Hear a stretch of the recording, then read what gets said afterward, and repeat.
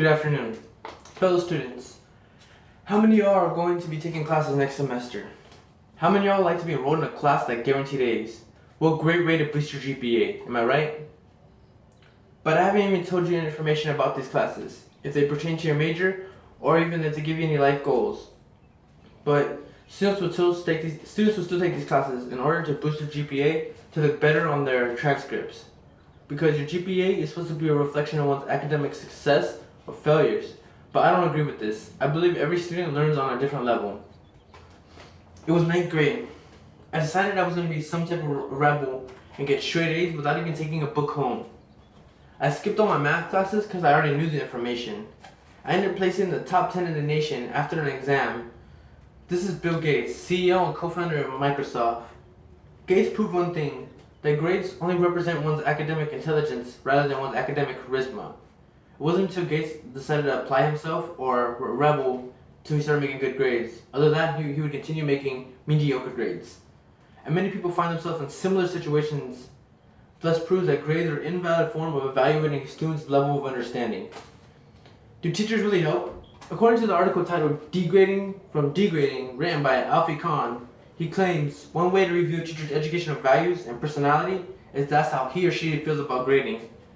Many teachers would defend this practice, saying it is necessary in order to motivate students.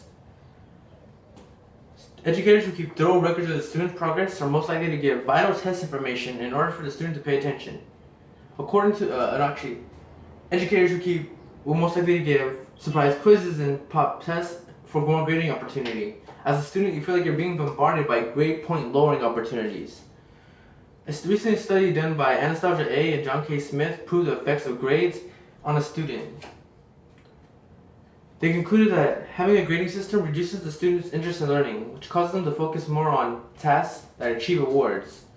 So when a student was given a grade assignment that was worth a grade, he seen it more as a chore rather than for its intrinsic learning. And yes, there are students out there who genuinely love to learn and will generally push themselves, but these are the students we're looking at. According to the article of Degrading to Degrading, he states that grading orientation and learning orientation are closely related. Is there a link between grading and the quality of a student's thinking? According to teacher.monster.com, the article titled How Important Grades Are by Laura Owen, she gives mention to several studies. When a student was given a numerical grade, he proved significantly less creative than a student that was given positive feedback and no grade. When a student was given a grade and comments, he still performed poorly. It wasn't until the student that was given constructive criticism and no grade who performed the best.